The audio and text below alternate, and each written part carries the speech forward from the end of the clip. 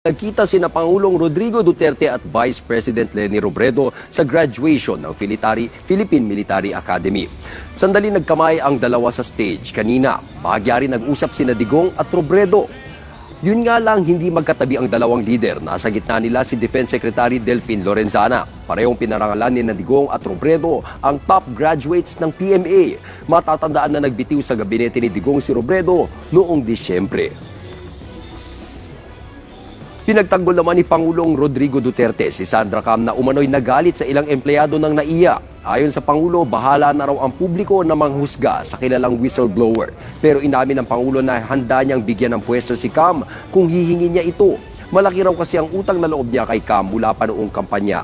Pero sa ngayon, malabo pa raw itong mangyari dahil puno na ang kanyang gabinete. Kumalat ang balita na nagalit umano si Cam sa ilang empleyado ng NAIA matapos itong pumasok at singilin sa VIP lounge. Sa halip na magpaliwanag, nagalit daw si Cam at sinabing magiging parte na siya ng gabinete ni Digong.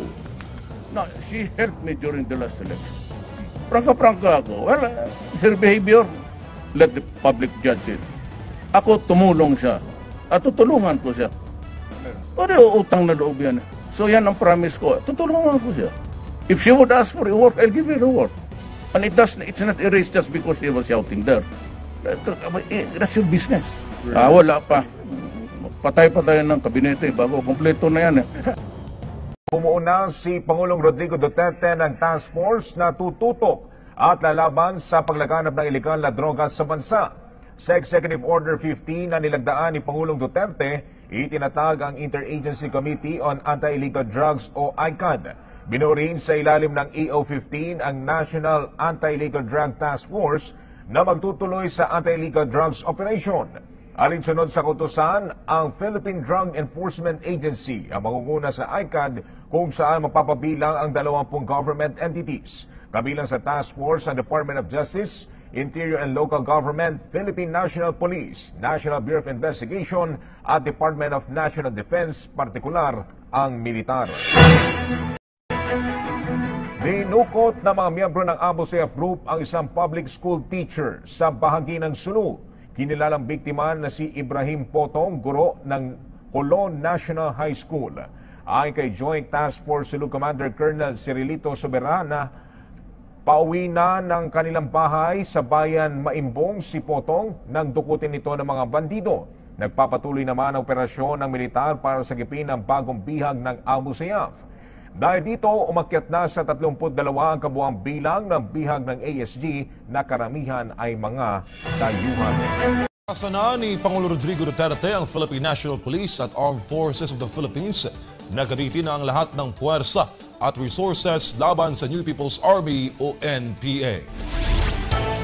Ginawa ito ng Pangulo sa kanyang pagdalaw sa burol ng mga pulis na tinambangan ng mga rebelde sa Davao del Sur.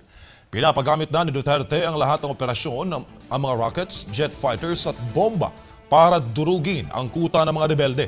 Ngayon pa lang humihingi na ng pasensya ang Pangulo sakali magkaroon man ng collateral damage sa gagawing operasyon ng militar at pulisya. Dagdag pa ni Duterte na handa raw ang gobyerno sa panibagong 50 taong gyera at tinitiyak nito na hindi mananalo ang mga rebelde.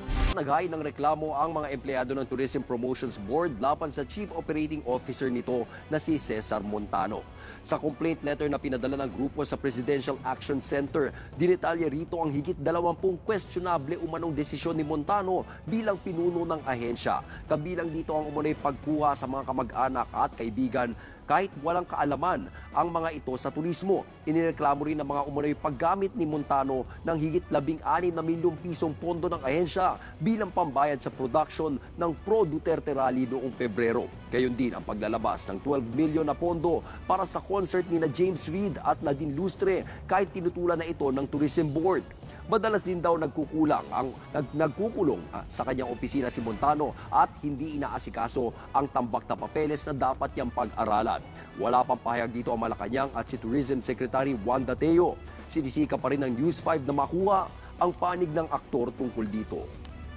Hinihikayat naman ni Edgar Matubato ang mga pulis at mga miyembro na nakasama niya sa Davao Death Squad na lumantad na rin. Ito ay kasunod ng ginawang pag-amin ni SPO3 Arturo Las Cañas kaugnay sa mga pagpatay ng tinaguriang Davao Death Squad sa Davao. Anya, bagamat hindi niya inala, naaamin si Las Cañas na tuwa siya nang patotohanan nito ang mga ginawa niyang testimonya noon sa Senado. Lalo't si Las Cañas, anya, ang pinakamakapangyarihang pulis sa Davao. Sa ginawang pagsuko ni Matobato sa Manila Police District, sinabi nito na mas may tiwala siya na ligtas sa kanyang buhay kung dito siya pakukulong sa Maynila. Panawagan naman ngayon ni Matobato sa publiko, paniwalaan ang kanilang mga isiniwalat dahil bukod sa nagsasabi sila ng totoo, ay nagbalik loob na daw sila sa Diyos. Kinatuwa ni Environment Secretary Gina Lopez ang muling pagpapahayag ng suporta sa kanya ni Pangulong Rodrigo Duterte. Sa kanyang Facebook page, sinabi ni Lopez na totoong tao ang Pangulo. Tunay din daw ang malasakit nito sa kalikasan at sa kanyang mga kababayan. Patuloy din daw niyang susuportahan ng Pangulo sa kampanya nito laban sa katiwalian. Kahapon sinabi ng Pangulo na hindi siya manghihinayang na mawala ang bilyong-bilyong pisong kita sa pagbimina kung maakasira naman ito sa kalikasan.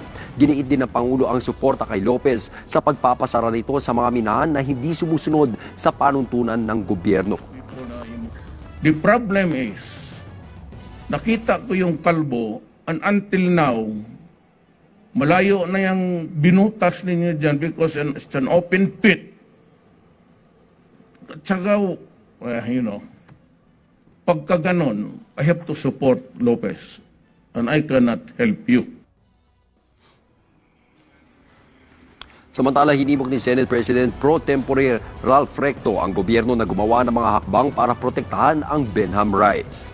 Ayon sa senador, dapat bumalangkas sa military, diplomatic at economic strategy ang bansa para makatiyak na walang sino man ang makakapanghimasok sa 13 million hectare na teritoryo. Mahalaga rin daw ito para ma-develop ang lugar na sagana sa natural gas. Sinabi ito ni Recto bilang tugon sa pangamba na baka may ibang mga bansa na magtangkang angkinin ang Benham rights tulad na nangyari sa mga teritoryo sa West Philippine Sea. Nauna nang sinabi ng DFA at Department of National Defense na namataan kamakailan ng isang barko ng China sa lugar.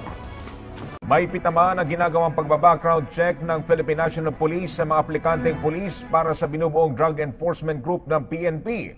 Target nito na mahuli ang manufacturer ng ilegal na droga at mga protektor nito. May report si Lala Babilonia. Sinasala ng maigi ang mga magiging tauhan ng PNP Drug Enforcement Group o PNP-DEG ngayong babalik na ang pulisya sa kanilang anti-illegal drugs operations.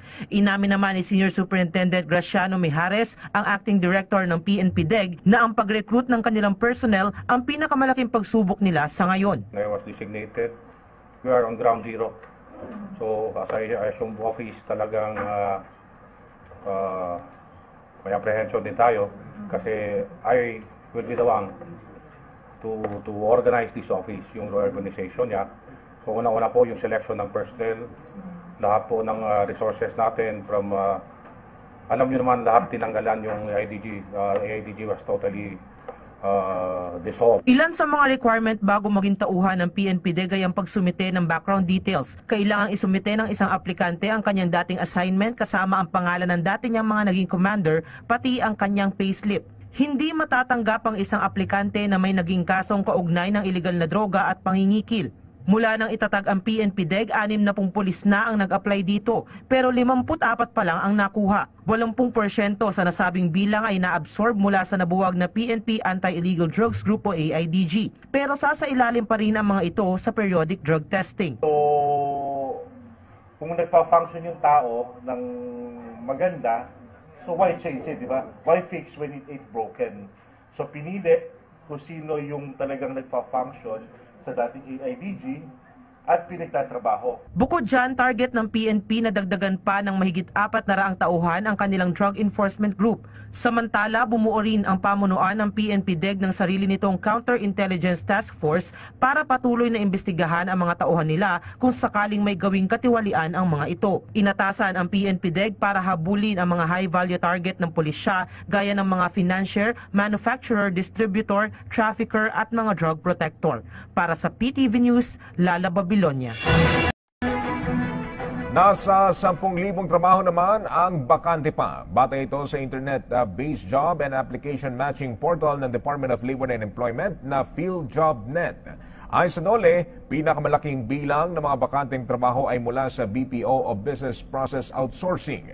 Kabilang sa mga hinahanap ay ang libo-libong call center agents at daan-daang customer service assistant. Maliban dito, maraming trabaho din na naghihintay para sa mga service crew, nurse, production machine operator, promo salesperson at marami pang iba. Hinikayat naman ni Labor Secretary Silvestre Bello III ang publiko na gamitin ang PhilJobNet sa kanilang paghahanap ng trabaho. Inunasa naman ang home-based training program para sa mga drug surrenderies mula sa Las Piñas, Parañaque at Cavite. Si Kenneth Pasyente sa detalye. Naglunsad ang Social Institute for Poverty Alleviation and Governance o SIPAG ng home-based training program para sa mga drug surrenderies mula sa Las Piñas, Parañaque at Bacoor, Cavite. Ang naturang aktibidad ay magsisilbing daan para mailigtas sa mga gumagamit ng iligal na droga mula sa pagkakalulong dito. Nasa mahigit 100 drug surrenderies ang nakibahagi sa training. Ditong mga students natin dito, sinusundo ng pulis, inahatid dito, babantayan sila dito maghapon, tapos iuwi sila sa kanilang bahay sa gabi. Giit pa ni DILG Undersecretary Jan Castriciones, handa silang makipagtulungan para sugpuin ang iligal na droga sa bansa. Patuloy ang kanilang pakikipagtulungan sa pamahalaan para sa pagpapatayo ng mga rehabilitation centers sa Pilipinas.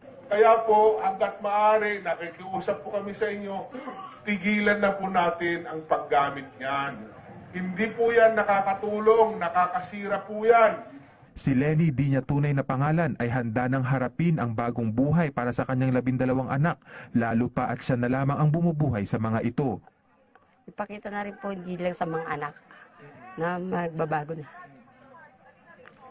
May binata po kasi akong anak, ayaw ko nang madamay ba. Ayaw ko nang gumaya pa. Kaya yun po. Mano na ako dito para sa pagbabago. Sa ilalim ang mga surrenderies sa pagsasanay sa urban farming na pangungunahan ng Allied Botanical Corporation, kung saan ang kanilang aanihin ay maaari na nilang maiuwi at mapagkakitaan. Magbibigay din ang Las Piñas General Hospital ng mga lecture para sa kanilang health and wellness at magkakaroon din ang mga surrenderies ng mga aktibidad pang-espiritual na pangungunahan naman ng Couples for Christ Foundation. Tatagal ang home-based training program na ito ng 3 buwan na mangyayari tuwing Sabado. Para sa PTV News, Kenneth Pasyente.